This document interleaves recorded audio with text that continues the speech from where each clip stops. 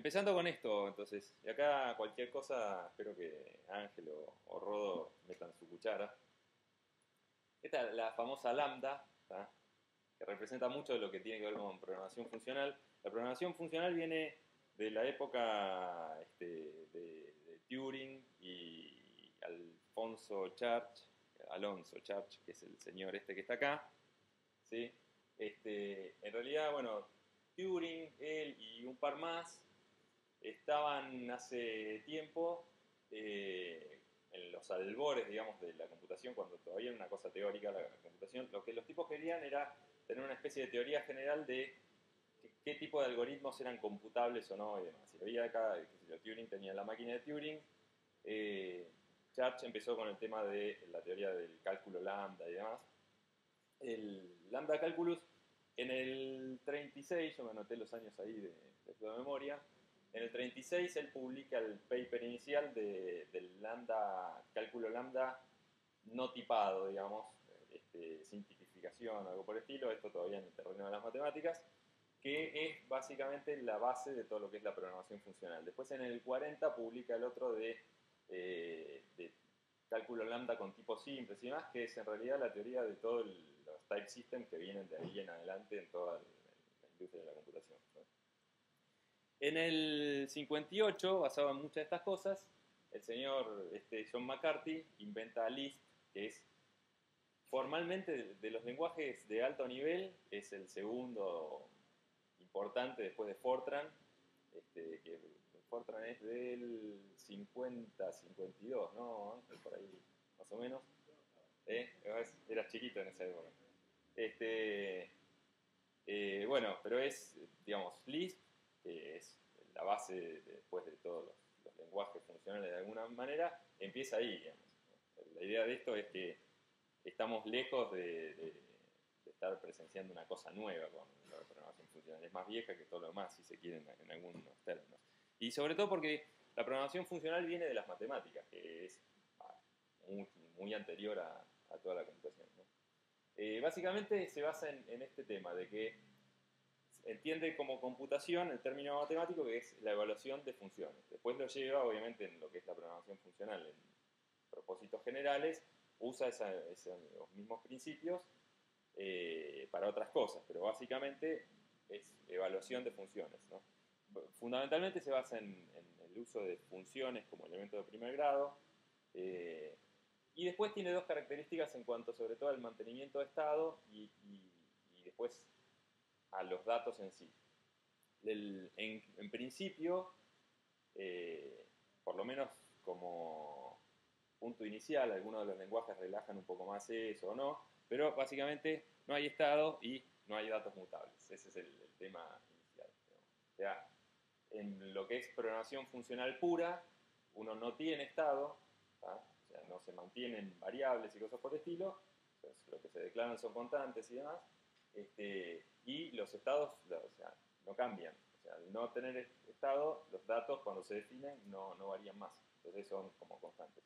Que es, si se quiere, lo que uno hace en matemática todo el tiempo. Uno, bueno, el famoso x es igual a x más 1 no existe en el terreno de la matemática, porque es imposible, digamos. X nunca puede ser igual a x más 1, ¿tá? Este, y, y la matemática, digamos, funcionó durante un montón de tiempo sin necesidad de tener estado ni cosas mutables, así que es posible trabajar con esto. Bueno, y básicamente parte de los objetivos de hacer eso es, primero, evitar los efectos colaterales. Y ese es uno de los por qué ahora la programación funcional empieza a tener como mucho vuelo de nuevo, ¿no? El tema de no tener side effects es el tema de que al no mantener estado, yo no puedo tener cosas concurrentes y demás que una tenga un side effect porque yo estoy sobre un thread, estoy tocando una variable y otro está, digamos, estoy contando algo acá y viene otro thread y me incrementa esa variable o algo por el estilo, cuando yo no suponía que iba a pasar, ese tipo de problemas de concurrencia y demás. En principio se eliminan un montón por el tema de que no hay estado compartido. Al no haber estado no se comparte. Y un tema importante también es matemática es el tema de transparencia referencial o opacidad referencial, o idempotencia, que es el tema de que cuando una función yo la ejecuto, en principio, como ocurre en matemáticas, en la mayor parte de los casos, cuando yo ejecuto una función, si la ejecuto una, dos veces o cinco veces, siempre me da lo mismo. Digamos, ante los mismos parámetros de entrada, la función da lo mismo de salida. Eso en la programación tradicional no ocurre montones de veces, porque yo puedo tener un montón de cosas que tienen, digamos, estoy usando algo adentro que tiene side effects. Por ejemplo, si yo tengo un acumulador adentro, porque estoy manteniendo estado de una función, o un método de un objeto, por ejemplo, como yo puedo llamar a la función y incrementé en uno, la siguiente vez me puede dar una cosa diferente, porque ya la alteré. Digamos, es producto del tema de mantener estado o de tener. Estos side effects muchas veces son porque si yo tengo una función que me vuelve un carácter del teclado, obviamente eso cada vez que lo llamo me puede dar diferente si el tipo me aprieta distintas cosas, pero porque tengo una dependencia de algo externo que no es determinístico. Básicamente la programación funcional en su core, después todo lo que es manejar estado, cosas por el estilo, que obviamente en algún punto hay que hacerlo, se hace a través de algún tipo de artefacto o se hace pero en una zona, digamos, externa para eliminar eso en la mayor parte de la aplicación donde yo necesito mantener estas invariantes, ¿no? Bueno, y a nivel histórico, John McCarthy empieza con Lisp en el 58, te lo voy a pasar más o menos rápido. Después en el 75, unos cuantos años después, aparece Scheme. Los años que están acá son los años en los que se publica formalmente. Muchos de estos lenguajes por ahí empezaron a desarrollarse antes, pero acá es cuando, en esos años que están anotados ahí, es cuando se estandarizan. Scheme básicamente lo que agrega son cosas que también tuvieron mucha influencia hacia adelante, como el tema de scoping, léxico y un montón de cosas de dónde quedan definidas las cosas y hasta dónde llega el scope de las variables, o las constantes, las funciones. Y empiezan a trabajar con el tema de continuations y demás, que permite, digamos, frenar el estado y continuar el estado de procesos y cosas por el estilo posteriormente. Y un montón de cosas que después tuvieron impacto en muchos otros lenguajes más tarde. Muchas de las cosas que pasan es que cuando uno empieza a recorrer estas cosas, ve aparecer ahí, dice, en el 75 algo que a lo mejor, no sé, en .NET ahora redescubrieron, que están reimplementando en C# este tema de continuation recién ahora, digamos, ¿no? Pasó un montón de tiempo.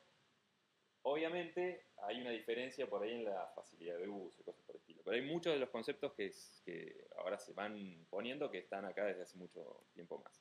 Después está Common Lisp, que básicamente es, Lisp empezó aparte de Scheme, se empezó a abrir en montones de implementaciones diferentes y demás, y Common Lisp es como que volvió a reunir un poco de ese tipo de cosas con una especificación, y aparte agregaron extensiones para objetos y una serie de cosas que no estaban originalmente. Y ese es más o menos el que se estandarizó como Lisp en muchos casos. Después, por otra rama de la familia independiente, que no está basada directamente en Lisp, sí está basada en muchos de los conceptos de Lisp, es ML, que empezó como Meta Language, que es un lenguaje funcional impuro en el sentido de que permite side effects y todo lo demás en algún punto, o sea, no es restrictivo en ese sentido. Y estrena una cosa que vamos a ver después, que tiene y que ahora se está usando un montón, que es la inferencia de tipos. Que yo no tengo, es tipado, tiene tipos estáticos, pero yo no tengo que declararlos. El tipo directamente ya en la sintaxis, cuando yo escribía las cosas, se daba cuenta de los tipos y el compilador lo seguía y demás. DML deriva CAML, que el nombre era Categorical Abstract Machine Language, una cosa por el estilo, no tenía nada que ver con eso, aunque le agregaron el CA, que digamos, facilita algunas cosas, mejoran un poco la sintaxis. De ahí deriva OCaml, que es básicamente lo mismo, pero con extensión para objetos y demás, que es un lenguaje ya más moderno y que se empieza a usar más. Ya hecho, estamos más cerca en el tiempo, en el 96. En otro momento, después, por el 86, ahí sale Ericsson, tener un lenguaje para programar dispositivos, sobre todo, y cosas por el estilo. Ericsson, una máquina para dispositivos de comunicaciones, teléfonos y demás. En el 86 es Erlang, que es Ericsson Language, pero también es el nombre de un matemático danés. Y Erlang básicamente es un lenguaje funcional pero dinámico. Tiene cosas que le encantan al maestro, como que está todo basado en mensajes y la forma en que maneja la concurrencia y todo lo demás, que es el problema fuerte al que ataca, es todo basado en actores y demás. Y después, en el 90 más o menos, que también venían trabajando aparte, sale este que está así brillante porque es el más popular de los lenguajes funcionales puros, ¿no? Puros quiere decir que este es, digamos, no podés tener side effects y cosas por el estilo. Todo lo que tiene que ser side effects y demás se maneja a través de una especie de mecanismo que se llama monads, que es una especie de forma de declarar funciones y demás, que permite de alguna forma enmascarar todo ese tema del estado y te permite manejar los side effects, pero como aislados en otro punto. Y una de las cosas interesantes que pone Haskell es que mete el concepto de lazy evaluation, que es el tema de que la función la define y todo lo demás, pero nunca se ejecuta, se empieza a ejecutar realmente la función, por más que ya lo haya encadenada, hasta el momento en que necesito evaluar desde el otro punto. Como cuando uno hace lazy loading en un modelo de objetos o algo por el estilo, que hasta que no accede a una propiedad no se carga, esto es más o menos lo mismo, pero a nivel funcional. Que lleva, digamos, en secuencias muy grandes, lleva todo un aparataje a nivel de compilador y todo bastante interesante, ¿no? Bueno, de estos, digamos, más allá de Lisp, Erlang y Haskell, por ejemplo, son lenguajes que se empiezan, en algunos ámbitos se empiezan a usar mucho, digamos.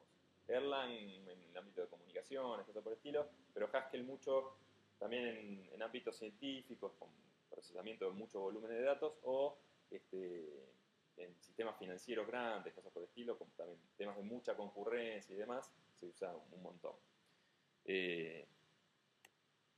Bueno, medio después en el tiempo, mucho más cerca, de OCaml deriva directamente F#.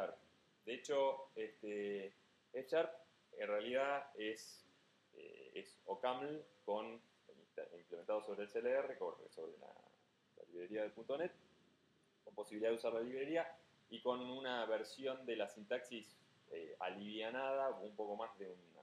OCaml tiene una sintaxis light, esto es la hacen un poquito más liviana, pero básicamente la sintaxis de OCaml. La mayor parte de los programas de OCaml uno los puede agarrar y corren en F#. Pero bueno, lo que usa en vez de tener que usar librerías propias. Muchas de las cosas que les pasan a muchos de estos lenguajes, que es un poco lo que vienen a atacar los nuevos, pasa en Haskell, que las librerías que Haskell no tiene, la forma de extenderlo es agarrar y escribir código C, ANSI C o C++, y interactuar con el compilador y todo lo demás. Entonces, es todo un tema, el generar más librerías y todo es muy específico, porque hay que hacerlo específicamente para eso. F# o después un derivado nuevo de Lisp, que es Clojure, que nos va a hablar Ángel un poquito, que terminó de estar más recientemente. Lo que tienen es que Clojure está implementado originalmente sobre la Java Virtual Machine y después hay una implementación también que corre sobre el CLR. Entonces, no es el lenguaje solamente, sino que tiene toda la class library que ya tiene la JVM o la class library de Java o la de .NET. Entonces eso como que amplía mucho más la posibilidad de cosas que uno puede hacer, ¿no? Bueno, estamos más o menos por ahí.